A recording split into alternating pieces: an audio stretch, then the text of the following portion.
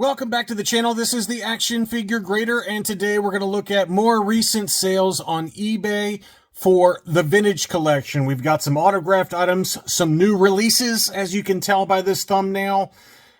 Every time there's a new release, the prices are always ridiculous, and then they come back down to earth, but someone always wants to be first, and they get those really expensive first in-hand copies of new releases for the vintage collection.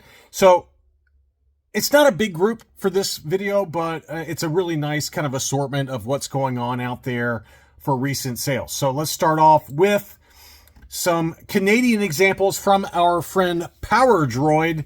He had some more of those Boba Fett error offers, or the Hasbro Canada versions, and very nice examples. They're always really mint. I've heard from a number of you that have bought from Power Droid and been very happy with the condition of the items he ships in star cases. I bought from him myself over the years. This is the AT-AT Commander General Veers. If you want to talk dirty to me, this one has the Boba Fett offer error, and that one sold for $90. He also had a Darth Vader with the same error Kenner Canada card punched example.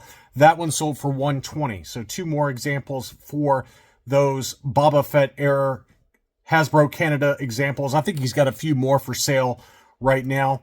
Speaking of the Hasbro Canada vintage collection, this was a really nice lot of later releases, all of them the Blu-ray deleted scene versions of the characters. And we had the Mon Calamar, I can't pronounce it, but the Admiral Akbar looking pilot. We had Colonel Kraken from the Millennium Falcon crew, the Sandstorm version of Leia and Lando, and then the lightsaber construction Luke Skywalker. All of these were Kenner Canada cards or Hasbro Canada cards, and they were all unpunched as well. So this seller, Sam70 up in British Columbia, Canada, has some really nice examples, and this was another lot that he sold.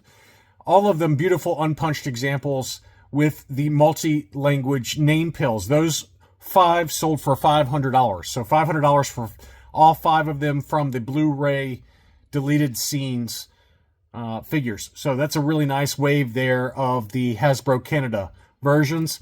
Next up, we had the lot of 6, complete set of 6, the Kenner Lost line.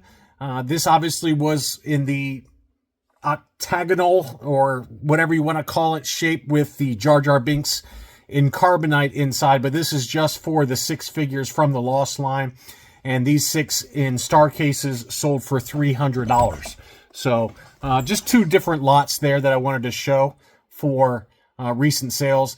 I wanted to point this one out. This was a loose complete Kanan Jarrus from the Ghost Haslab. And it's interesting because you can buy it mint on card for about this price, sometimes a little bit more.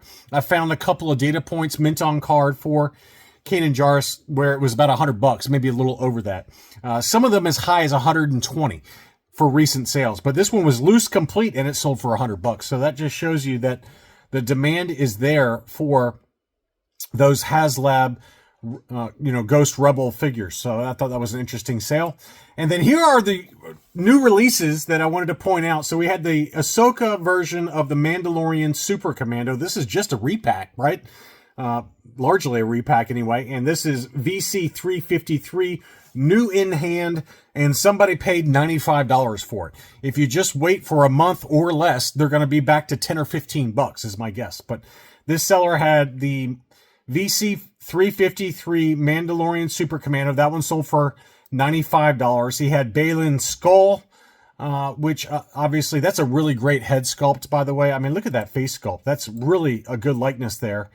Great card image there. $125 somebody paid. And then the Shin Hati, or however you pronounce her name, maybe not as great of a face sculpt, but not terrible either. I mean, it's not bad. I feel like she needs more eyeliner. More heavy eyeliner around her eyes. And that one is VC356. So that one sold for $115. But again, just be patient and you can pick up all of these for super cheap. I mean, what are these going to be worth in like 4 months? $10 or less. Probably less than retail, sadly. But just given where a lot of the new releases are going. So don't pay $115 for it. Next up, Rey from The Rise of Skywalker. This is always one that's held its value fairly well. $80 in an auction, $80.77. And again, this one looks more like Miley Cyrus to me than it does Daisy Ridley. But that's what it sells for these days. It's a great card image, don't get me wrong, but the actual figure's face sculpt does not look anything like Daisy Ridley to me. Next up, we do have an autographed item, and I've got one more at the end of the video that was a graded autographed item that sold. But this is Ian McDermott, who obviously was Darth Sidious. This one is on an unpunched Phantom Menace card back with the Darth Maul offer. It also included a certificate of authenticity. I've never heard of Cool Waters Productions. They must be some kind of autographed, facilitator. But it did include that COA along with it. And it was shipped in a star case. And that one sold for $105, which to me seems like a really good deal, just given that you're getting it signed. So very, very cool item there. Next up, the Mouse Droid. Another sale for the Mouse Droid. This one looked to be in pretty good shape. It was listed for $598. The best offer accepted on that one was $450. So $450 for the Mouse Droid. That's another recent sale, and they've kind of been in that range now for a while. That's one that has come down just a little bit. It used to be like $550 or more, but that one did sell at $450. And this seller had a number of nice early TVC at auction that I wanted to show. This is the US card for the Twin Pod Cloud Car Pilot with the rocket firing Boba Fett offer. That one sold for $87 on 12 bids. Obviously a punched example. I don't think there are any unpunched examples for the Cloud Car Pilot. They also did have the lighter blue Saber variant for VC-44 Luke Dagobah Landing. This was, again, an unpunched US card with the lighter blue Saber. Very nice looking example, very clean. That one sold for $100. And that one has come back down just a little bit, but beautiful example, really. I mean, it looked pretty much flawless.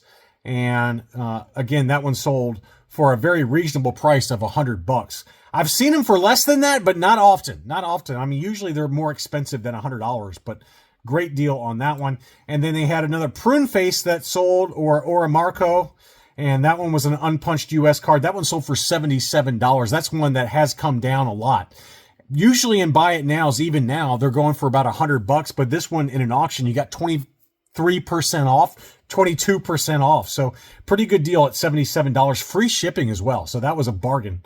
Next up was the Sandtrooper, and it's interesting. I've got an ungraded one, and then I've got a CAS 80 Plus for the Sandtrooper that sold. So this was a beautiful unpunched example of VC-112 Sandtrooper, and that one has definitely held its value very well here lately.